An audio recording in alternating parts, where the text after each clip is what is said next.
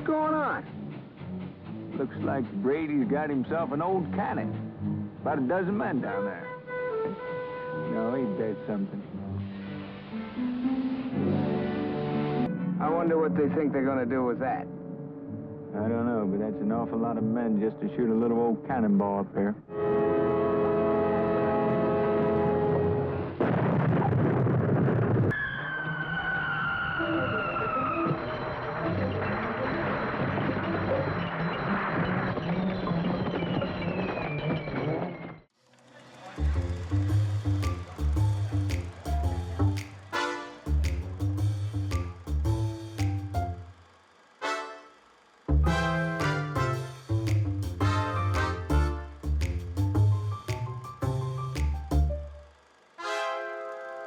Oklahoma-born Dale Robertson is surely best known as Agent Jim Hardie on the Tales of Wells Fargo.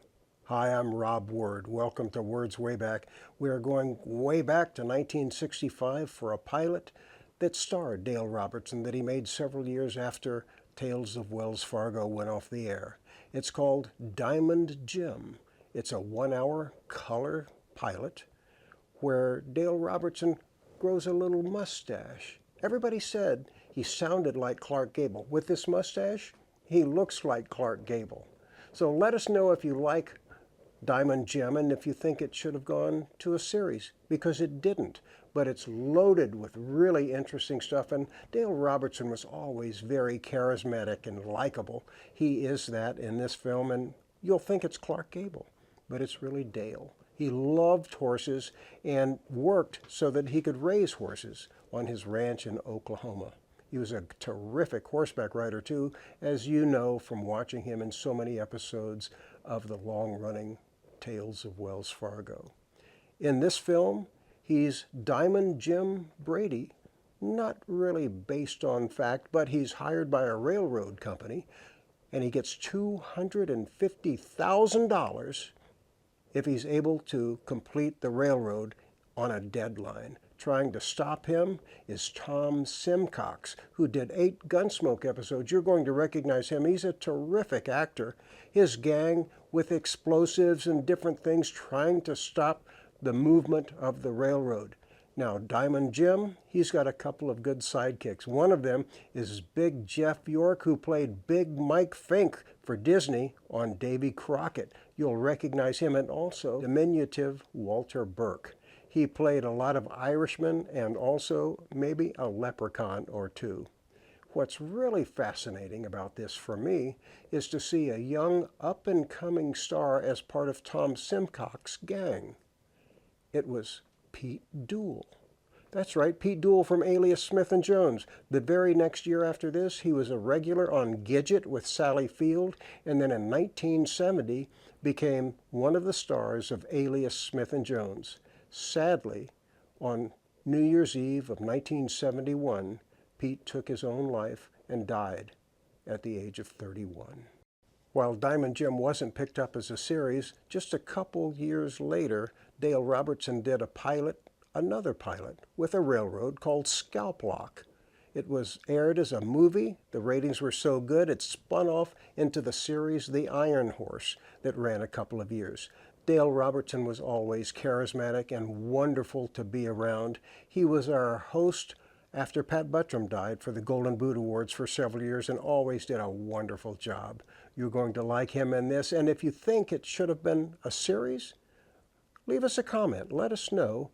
Join our Patreon posse. Watch our shows on Words Way Back and A Word on Westerns, our interviews. And if you want to just listen to us, you could join RJ, my son, and I on the podcast called A Word on Westerns podcast. Now, all aboard with Dale Robertson for Diamond Jim.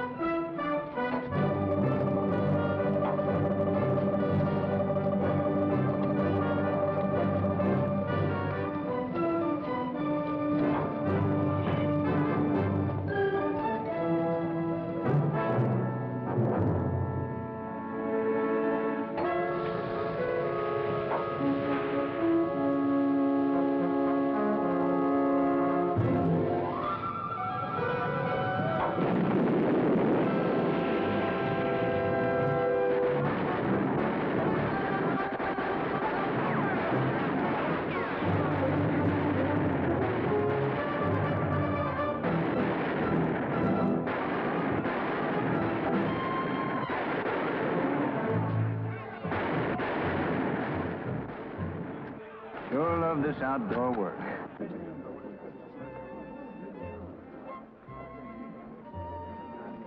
My railroad was attacked this morning, Schindler. And you hired those gunmen, you filthy swine!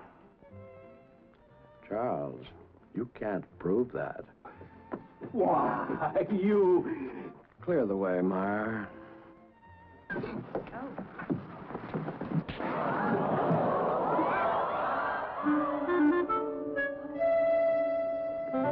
Hold it, Meyer.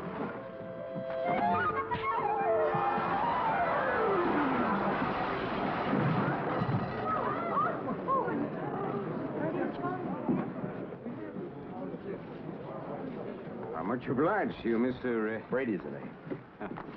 My card, sir. I'll be in your office at 10 o'clock in the morning to discuss a business proposition. Tomorrow morning. Oh, monsieur, who is going to pay for the damage? Why, the brothel boy who did it. Who else?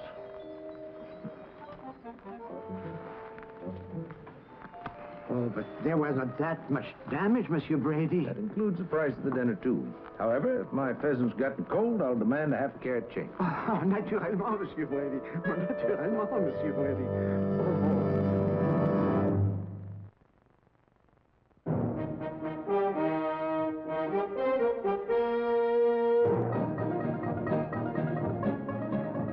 Diamond Jim,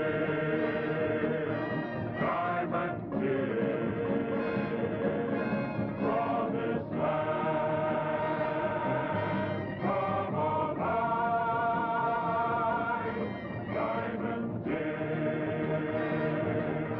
Diamond Jim, all the world loved him and was loved by Diamond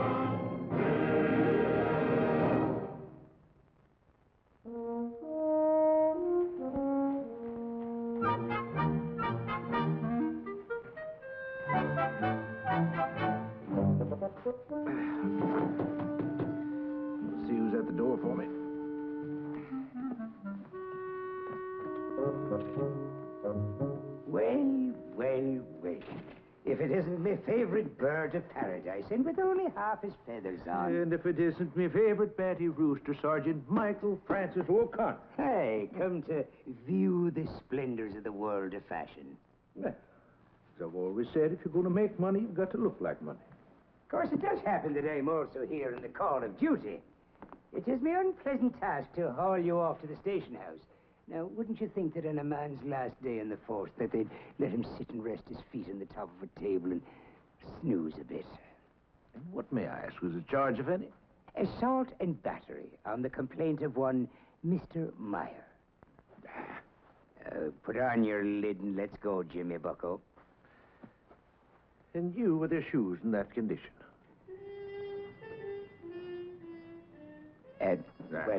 You see, there was a puddle in the street where I stepped off the horse car. You know, that sanitation department isn't working. Charlie!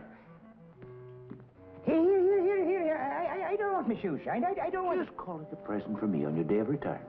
Oh, well, that's very nice of you, James. And now I'd like a present from you. Put the shoes back on. Ah, just an hour. One little hour. 1 hour. For what? For a business appointment. Don't you trust me, Michael? If you can find one individual in the entire city of New York who trusts you, I'll give you the hour. Charlie. I trust you, Mr. Jim. Well,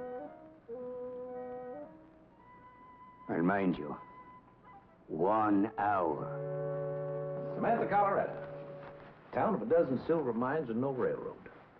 You've got a $250,000 franchise if your railroad can reach the town limits by noon on October the 1st. But your tracks have been stopped here because this pass, which is the only way into Samantha, has been blockaded by hired gunmen. You must have enemies, Mr. Enright. How could you know about the pass? I also know that you need that $250,000 desperately to keep from putting your entire operation into bankruptcy. Is there anything else you know? Yes. I know how to get your railroad into Samantha on time. Just how would you do that? And in order to find that out, it's going to cost you three things. The first of which is $15,000 in cash. That's expense money. And? In the future, you'll buy all of your steel railroad cars from the firm for which I sell, Barber and Yates. And what else? Your complete faith and trust in my ability. Nothing else? Just those three things? No? Well, Mr. Brady, I realized that you wanted something from me, but I didn't know just what it was. So I did a little checking up, too, on you. You do have an amazing range of friends. Gamblers, swindlers, brawlers, sportsmen, pugilists, ladies of the theater. Doesn't make you sound like a saint, does it, Brady? To get your railroad into Samantha, Mr. Enright, the last person in the world you need is a saint. The last person I need is you. Well, very good. I'll mention our conversation to Mr. Schindler when I see him this afternoon. Wait a minute. We'll do business. But I have conditions, too. The first, $10,000, not $15,000. Agreed. Second, a man of my choosing to accompany you to Colorado to handle money and all necessary transactions. You've got a deal.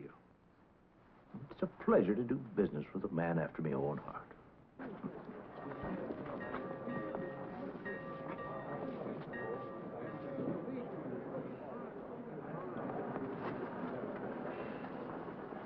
Michael, goodbye.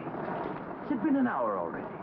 Brady, you'd be lodging in the tombs right now if it wasn't for the fact that I didn't want to waste a lot of time doing paperwork on my last day on the force. Thank you, Michael. And how lovely you look in your civilian clothes. Oh, you think so? Well, I'll see you when I get back, old friend. Goodbye now. Tell me, was you looking for someone you were? Well, as a matter of fact, I was. A man with money. Is that a fact? Aha. A banker, I suppose. No. No, more the bookkeeper type. Well, tell me, how will you recognize this heartless creature in such a crowd? Well, he'll be carrying a satchel about that big, with money in it. Oh. Like, this, perhaps? You?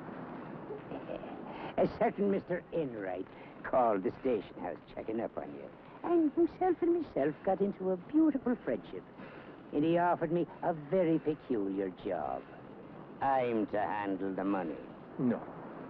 Yes.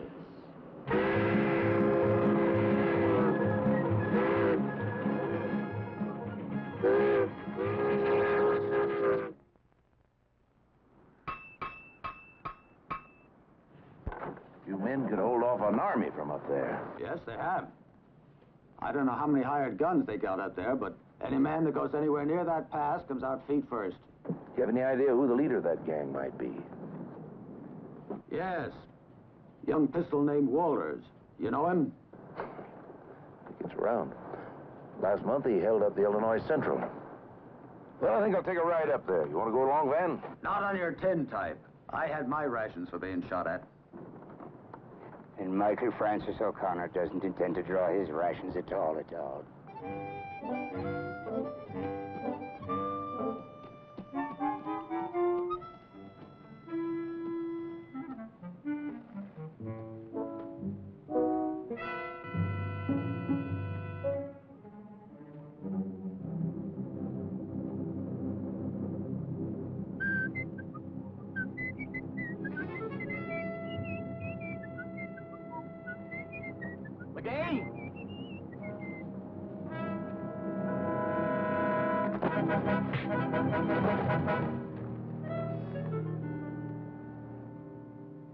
All right.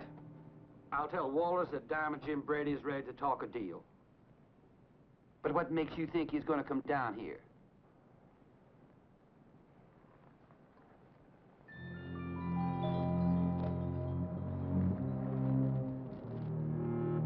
You give him this. Tell him there's plenty more where that came from.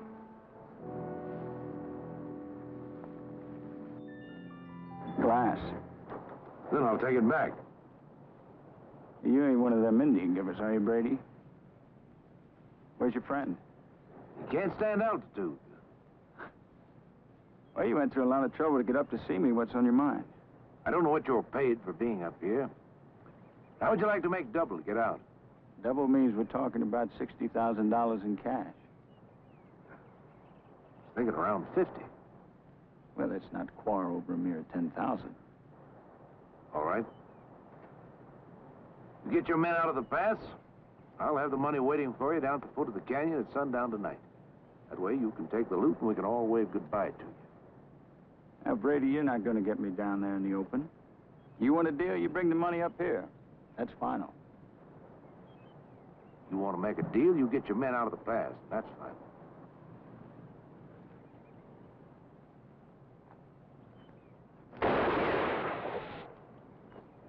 Your hat fell off. Now you turn around and get out of here before your buttons start dropping off, too.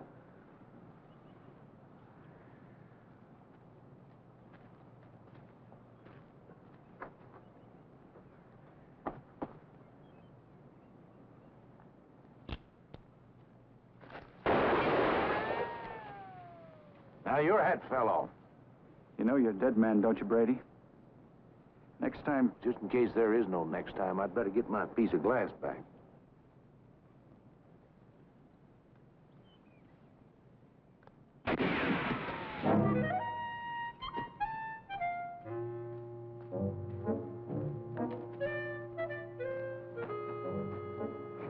Can't stand altitude. Can't stand low altitude.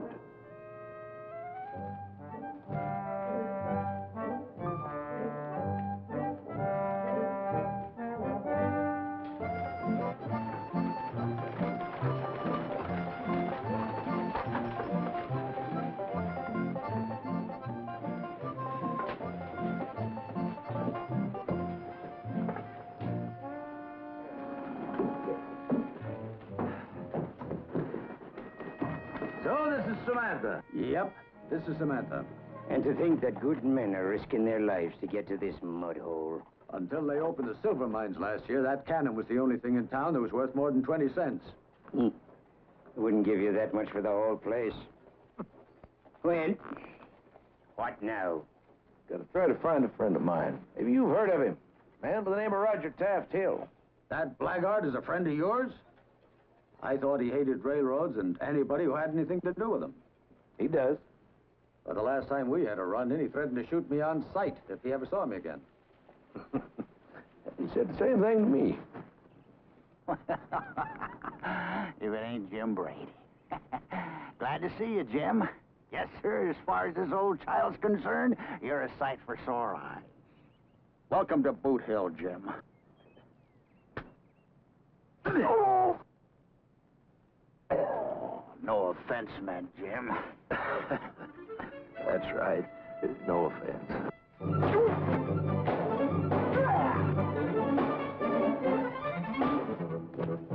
You left that as sharp as you used to be, Jim, boy.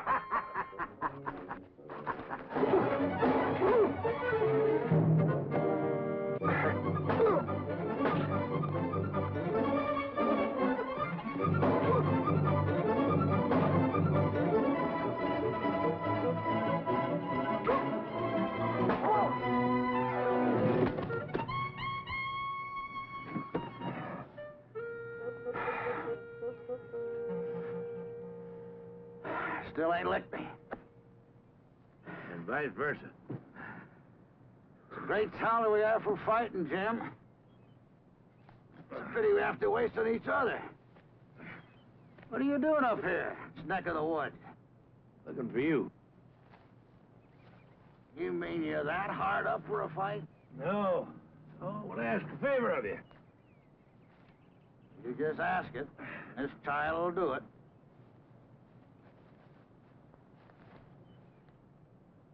Show me another way to get that railroad into Samantha without going through the pass. Up through that pass over my dead body. That's my private hunting grounds. That railroad's going through someday, whether you like it or not. Now, you can keep it out of the pass if you'll show me a way around it. Keep it out of the pass? Why didn't you say so? I did. You just don't listen. Yeah. Yeah, that's it. Keep it out of the path. Jim, I'll show you another way to Samantha. Yeah.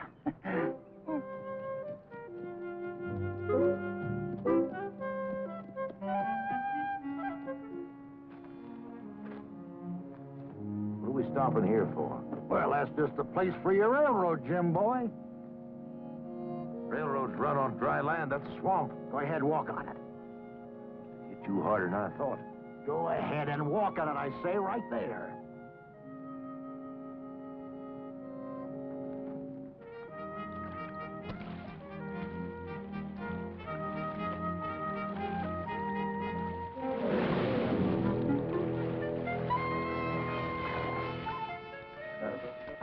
Sorry, Jim.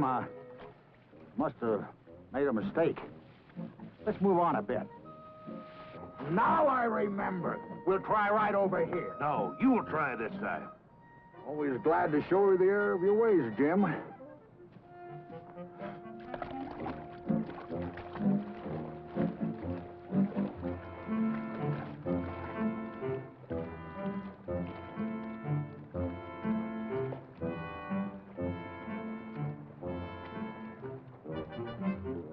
See what I mean?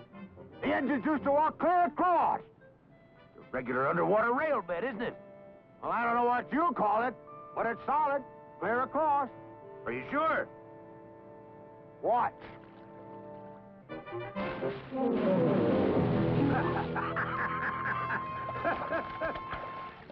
course, there's a hole here now you gotta fill up.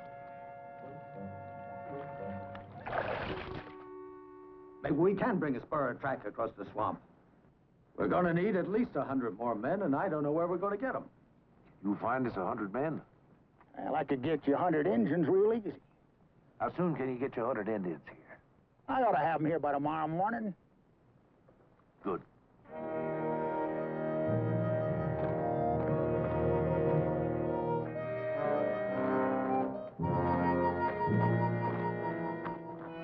You know, we still haven't solved everything. Somebody's going to have to keep Walters busy up in that pass, or he's going to smell a rat. Well, now, this fighting men you're talking about, I can dig you up the meanest passel of varmints whatever bit a man's ear off. Then you dig them up. Have them meet me in the town square at 8 o'clock tonight. Give me 5 minutes inside. Then, when you hear an awful racket, get to work and get outside. All I can say is it's a strange night's work for a man who spent so many years upholding the law. There's where this old darky heart has longed to go.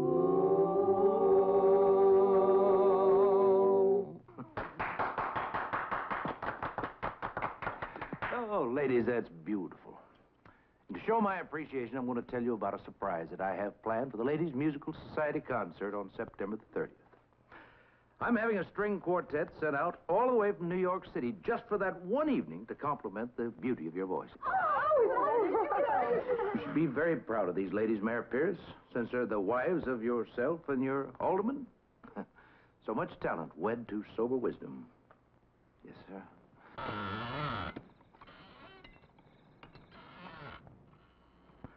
Mrs. Pierce, I believe you said that the anvil chorus was one of your specialties. It is. It is. Oh, ladies.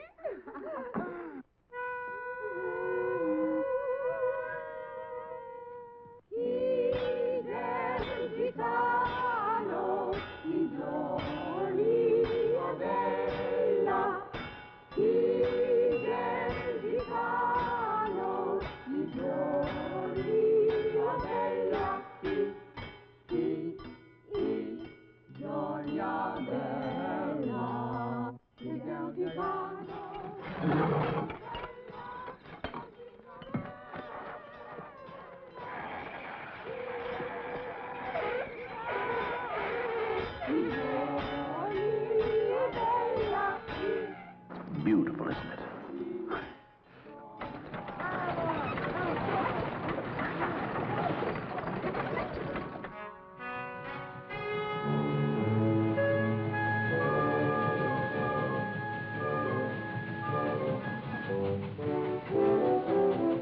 going on? Looks like Brady's got himself an old cannon. About a dozen men down there. No, he did something.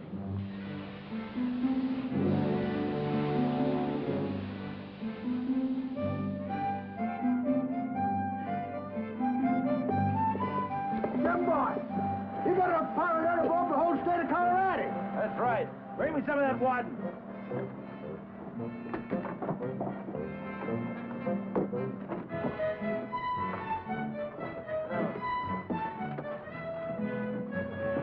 I wonder what they think they're going to do with that. I don't know, but that's an awful lot of men just to shoot a little old cannonball up there. Well, bring me some more ammunition. Come on, hurry up.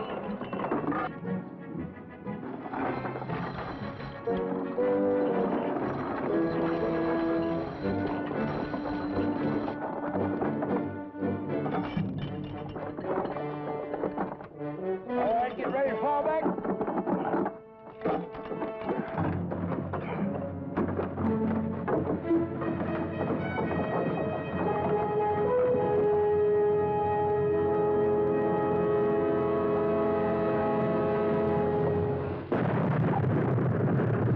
Smoky critter, ain't it? Yeah, and that's about all. We'll just let him move in closer, and then we'll...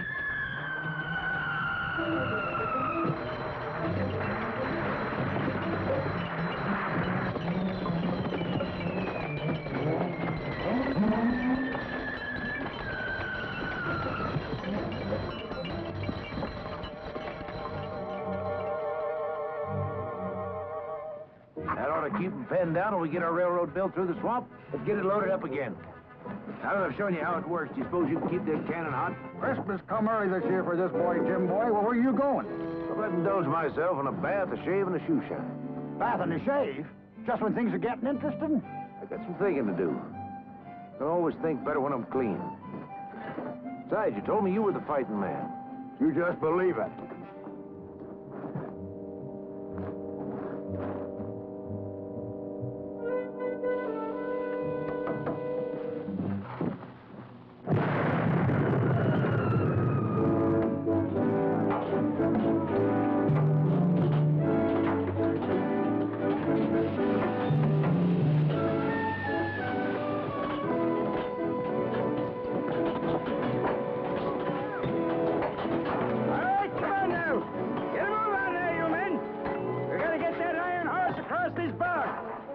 Brady. I haven't seen him for a while. Mr. Brady is fancying himself up for the ladies, and every one of them is as homely as sin.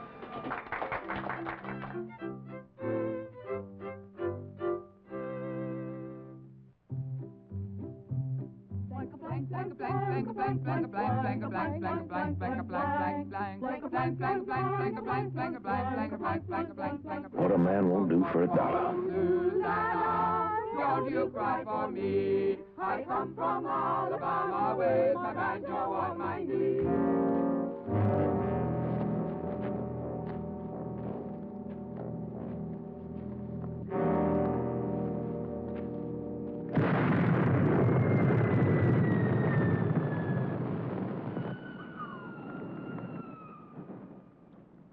We had that railroad pinned down nice and pretty till that Brady showed up.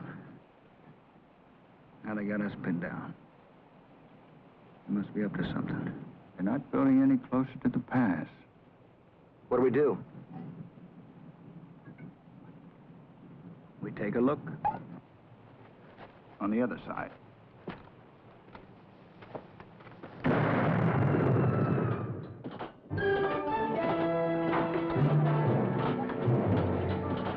Good thing you come out here, Mr. Enright. Now you know what we're up against. I couldn't stay in New York. I want to see my train pull into town tomorrow, before the noon deadline. You're going to wear that out. When we get the train into Samantha, you can buy me a new one, huh? What a little muscle is!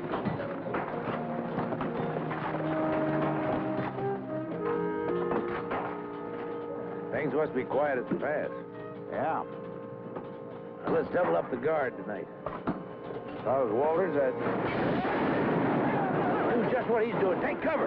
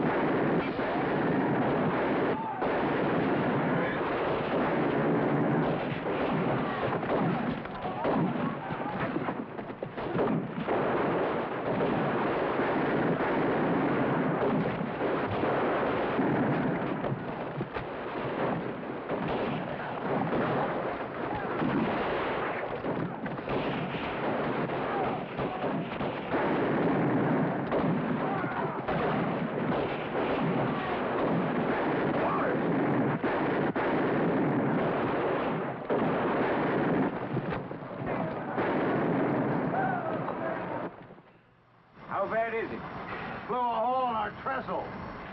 Well, that puts the lock on it. You can sell your cars to Schindler now. We've still got 12 hours left. 3 days' work to do. So we push a little harder. Well, all right, let's go. You heard what the man said? Let's go!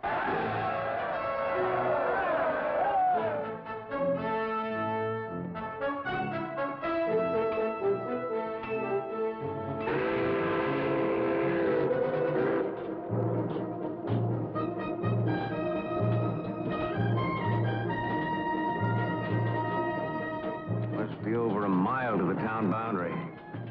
Well, I've seen a few Irishmen go down on me, Dave, but I never saw one that didn't go down fighting. This crew is paid for until noon. I'll see that you get your money's worth.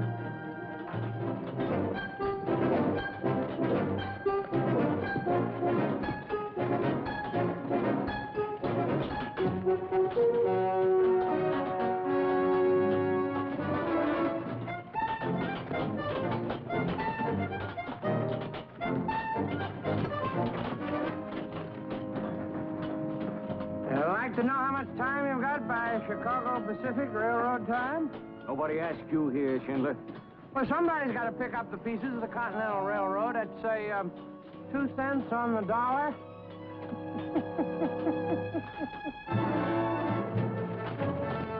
Come on, did you there? Hurry up!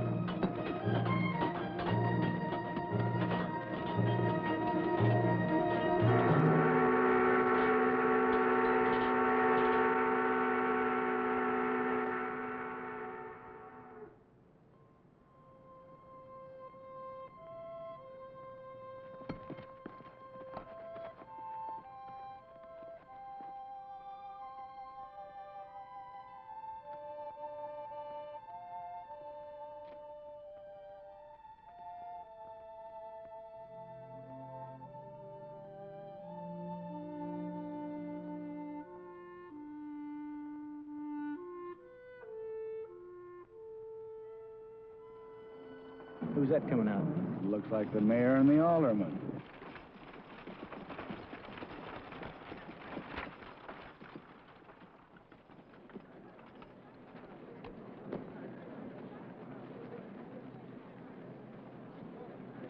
Mr. Mayor, we did all we could. Well, just a moment, Mr. Enright. Mr. Russell, the county engineer, is about to take a reading.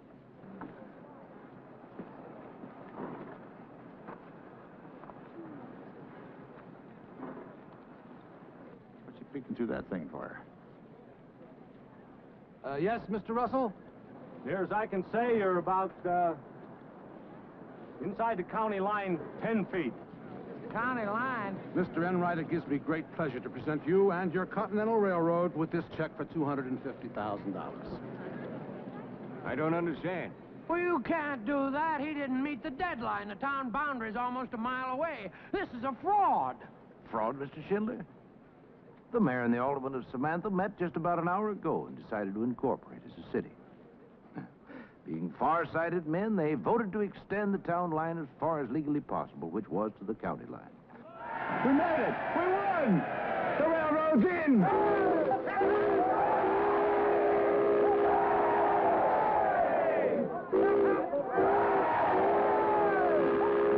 Good thing you boys didn't slow down any. Oh, perhaps you'd like the honor, Mr. Enright.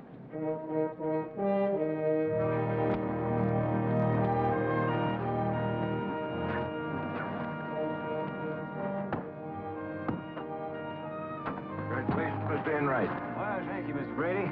Oh, Mr. Mayor. It is a lovely black heart you have, Jim Brady. But tell me, how did you ever pull this one off? Oh. Them that has 'em, wears 'em.